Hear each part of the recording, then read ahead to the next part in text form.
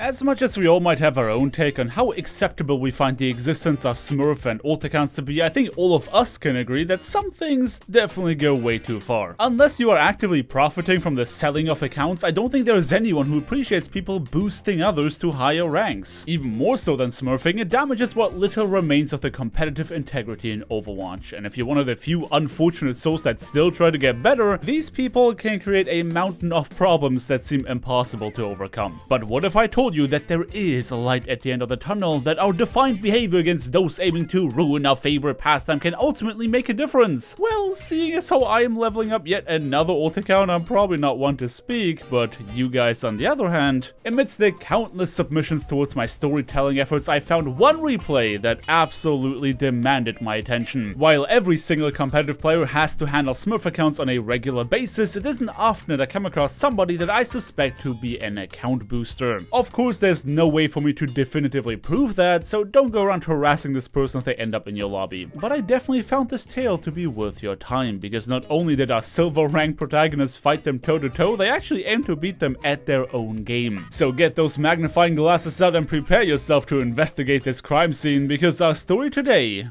takes place on Dorado.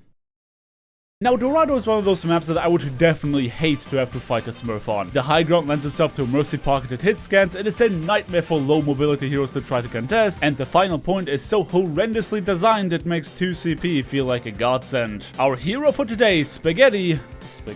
I'm sorry, but it just doesn't have the same kind of ring to it like Weeaboo 69420 from the last episode. Anyway, Spaghetti probably expected this to be like any other silver match he played in. Overextend towards the enemy spawn, beg for healing while not having line of sight to his supports, and eventually call it a day after declaring tank diff. But as soon as the gates opened, he would learn in a heartbeat that this round of Overwatch will be anything but usual. Starting with his attempt of staying on the high ground, sliding off the rooftop didn't seem to be part of Spaghetti's opening play, but it was too late to turn this train around, eventually leading to him being transformed into a wreck. Okay, this could have just been a lucky shot. Ice-T was already looking in that direction, and our hero just so happened to be at the wrong place at the wrong time. Though Dorado being a snowball-heavy map was definitely a concern now, right out the gate it appeared less so as if their Widowmaker was doing all the work, more than this just being a strong entry into the game size of the red team as a whole. I mean, seriously, things were just falling apart immediately, and the defenders didn't exactly seem to react to any of it appropriately, or at all. Now, feel free to tell me if I'm wrong, but having never played in Silver myself, I was always under the impression that consistency would be a big problem in that rank. So seeing our friend Ice-T over here dishing out headshots more consistently than the state collects taxes does strike me as a bit suspicious. Granted, Silver players apparently needing to stand still to do pretty much anything isn't helping, but my point stands. While their initial elimination on Spaghetti may have only made for a minor advantage, Ice-T was now putting the entirety of the red team on their back as they mercilessly tore through our heroes while ironically being pocketed by a mercy. Needless to say that the blue team didn't get a shot at contesting the objective again. Only needing 2 players to hold the entirety of the defenders hostage meant the rest of them could sit on the cart without a care in the world. Spaghetti was valiantly trying to keep the enemy Widowmaker occupied, but it was the damage he did to the mercy that ultimately prompted them to disengage. The war was far from over, but the fight appeared to be won. Though Ice-T was not about to let our heroes gain any sort of footing in this match, re-engaging immediately and, once again, not missing a shot. But Spaghetti's sacrifice was not in vain, because Bubble Buddy on Echo made use of the commotion to sneak around the backline. With a mechanical prowess much more akin to a Silver player, they could make use of their surprise factor to take out Ice-T along with their belt attachment. What became apparent at this point though was that Ice-T and their pocket healer were not the only ones they had to contend with. It still takes 6 players to make a team, and as such, they couldn't hope for that kill alone to win the game. There was a little on the side of resistance for the red team to overcome. The concept of regrouping is barely known in Platinum, so I can only imagine how much of a struggle that must be in Silver. Everyone seemed to kinda just do their own thing, making it easy for the attackers. Spaghetti found himself trying to stop their Widow once again, and you'd assume that 3 people being focused on trying to get you off of them would make for a great advantage for the rest of your team, but it did little to alleviate their problems. The red team eventually decided to ignore our hero in favor of advancing the objective, but of course, Ice-T did not forget about this defiant little Genji spooking around in the backline. The card continued to make unimpeded progress as the attackers boldly moved towards the enemy spawn. The blue team started to get desperate, smashing down on their Q buttons in hopes of that making a difference. But there was only one such Q button that stood for quality. Spaghetti was bursting out of spawn, ready to turn the red team into marinara sauce, where his actions were clumsy and imprecise before he now became a cold, calculated killer. But there was one person who could match him when it came to temperature.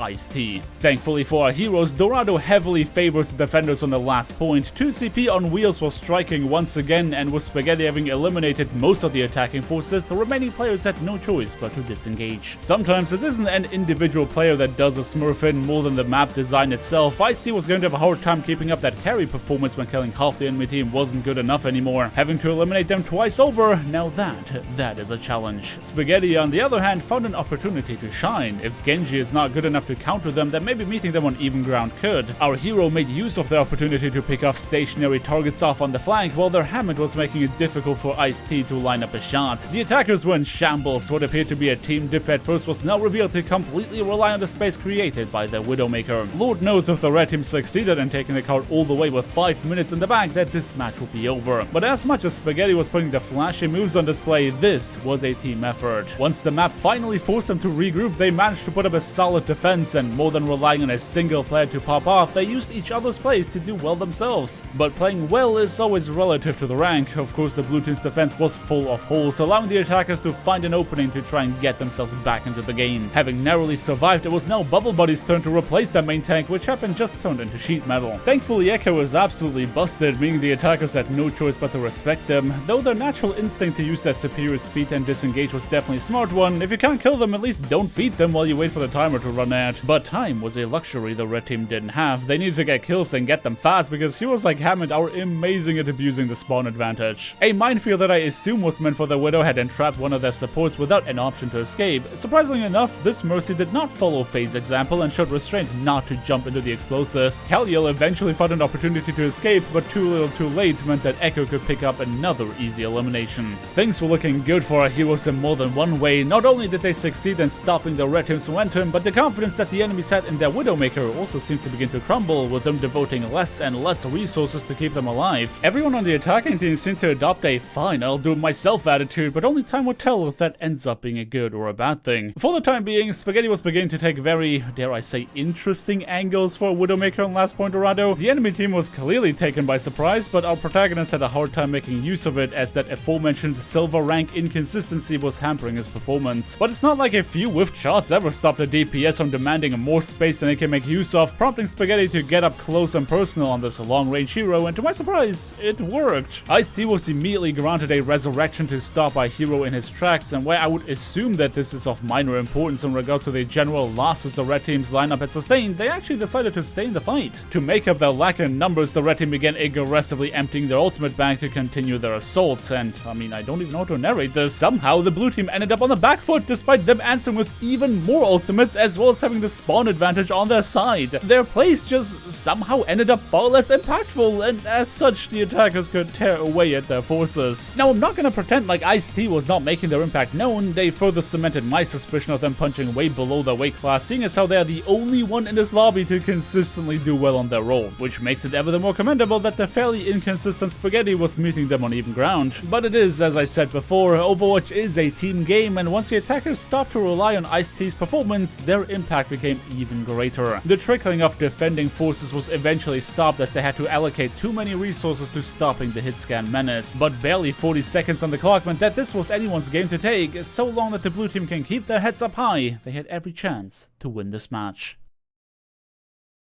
Now, at this point into the replay, my suspicion had grown to disproportionate degrees. I understand that everyone can have a good game, or heck, even a good day. I mean, it's not like I am known to be a strong hitscan player, and yet I am fully capable of producing highlight-worthy clips every once in a while as well. But for Ice-T to maintain that head-popping prowess all throughout the game was really weird, because if they are that consistent of a player, I just don't see how they could spend 300 levels worth of gameplay in silver. If at least their positioning was complete garbage, then I'd be more inclined to believe that they're just a really good aimer, but everything about the gameplay was far and above of that of anyone in this lobby. Something just doesn't add up. Well, whether we are dealing with an account sharer, a booster, or just somebody so supremely unlucky that they never ranked up despite a strong mechanical performance, it didn't change what our heroes had to do. In order to defeat Ice-T as well as the rest of the red team, they had to pull out all the stops, and if mechanical skill alone doesn't cut it, creativity just might. Now granted, Bastion would not be my personal pick when it comes to combating a strong enemy DPS player, but I suppose that just further further reinforces how little I know about ranks below Platinum. Because as our friend Bubble Buddy over here made their way onto the card, they immediately received a lot of unwarranted respect from the red team. Of course, I fully expected Ice-T to know how to handle that. A bold flank accompanied by the Moira allowed them to start dealing serious damage to the blue team without ever having to expose themselves to that bastion. But as if our hit scan virtuoso was trying to make a point for them really being silver, they decided to sneak up on the blue team's spawn to wait for Spaghetti to return, who just had to flee. What they didn't expect was for Bubble Buddy to be perceptive enough to spot them while fighting the Moira that previously accompanied them on that flank, and as such, the blue team began getting the payload on the road. It's funny to see how two different offensive approaches achieve the exact same thing in very different ways. I'm starting to understand why people in lower ranks always curse Bastion. To see them have similar success to that of an alleged hitscan Smurf was impressive to say the least. But Ice-T was yet to yield their last ha. Flanking was successful once, and in their mind there was no way it wouldn't be successful again. After all, taking off angles is how many players fight pirate ship comps in higher ranks as well, though there was a bit of a problem with that plan. It was a plan that their entire team had to follow, which assumed a level of coordination that you'll be hard-pressed to find around these parts on the ladder. So as much as Ice-T could successfully make use of the position, it wasn't enough to stop our heroes from capping the first point, as most of the red team was trying to flee the horror of a stationary turret. Of course, we've seen them pop heads enough to know that this flank would not go unnoticed for long, and while Spaghetti could be the hero that ends the killing spree, the subsequent decisions he made showed that these two DPS players could not be any more different if they tried.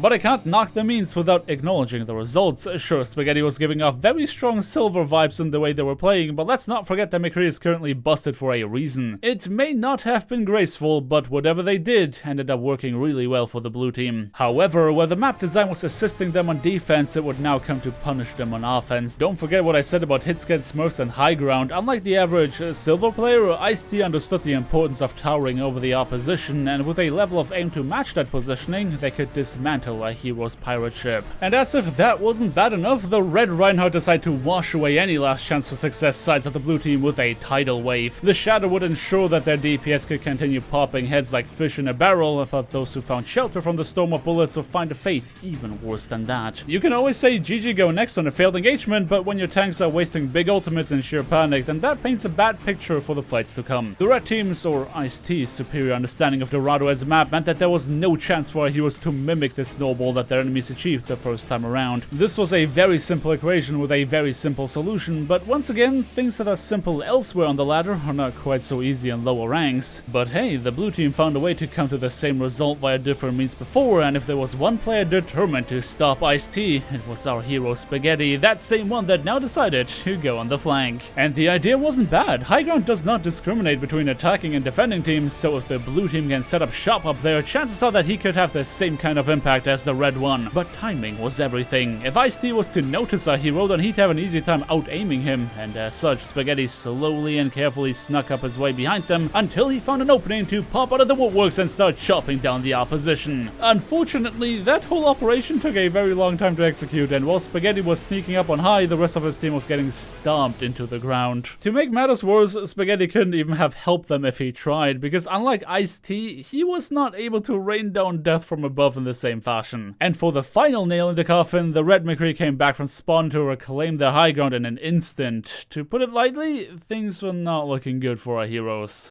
Now, amongst all the things that you could point at in the comfort of your backseat about what the blue team is doing wrong, there's one thing I cannot take from them: their resolve. If nothing else, our heroes had an iron resolve that simply could not be broken. Sure, some of us might suggest that the Bastion pick in itself is kind of a throw, but listen, I'm not here to try and rationalize the decisions that Overwatch players make on a day-to-day basis, I'm just narrating them. Point being, no matter how often they got stomped into the ground, they just kept getting back up, and it was that persistence that must have really nagged at the red team to no end, because they tried everything in their power to put an end to the attackers' defiance. But some players thrive in the chaos, and Bubble Buddy was one such player, leading the team with their ultimate. This Bastion was done sitting around trying to call the rest of their team into action. Granted, they may have overdone it a wee bit at the point where they stepped out of Whenever's immortality field, but success is a success, right? The blue team was pushing on forward to collect staggers, and even went as far as to try to finally contest the high ground. Well, except that the two enemy DPS guys occupying the space were very unimpressed by their attempts of doing so. It was now Spaghetti's turn to try and right the wrongs once again, but you can tell that the pressure was getting to him. This was a do-or-die kind of team fight, and everyone was relying on him specifically to McRediff the enemy. But noble as an attempt he made, pound for pound, he could simply not hope to win against Ice-T. And once they were done sending our cowboy back to the ranch, they went to crush every last hope of a happy end transpiring in this match. 50 seconds would technically be enough to stage a final attack, but when Korak wasted yet another Graviton Surge, chances were getting slim. And well, that is unfortunately where our story ends. Spaghetti made one more swap back to Genji to try and get his team back into winning shape, but ultimately, evil would prevail. Well, it sounds bad when I put it that way, but do sound off down in the comment section below. Do you play in Silver and actually see people playing like this on a regular basis? Or do you agree with me that Ice-T was doing a bit too well for themselves compared to the rest of the lobby? One thing I noticed coming out of you guys' replay submissions is that a lot of you actually enjoy the challenge of going up against a Smurf, and I gotta say, it definitely makes for some fun David vs. Goliath type stories. Anyway, this is it for me here today, so thank everybody so much for watching. Don't forget to drop me a like on your way out if you enjoyed the video, subscribe if you want to see more, and definitely ring that bell icon to not miss out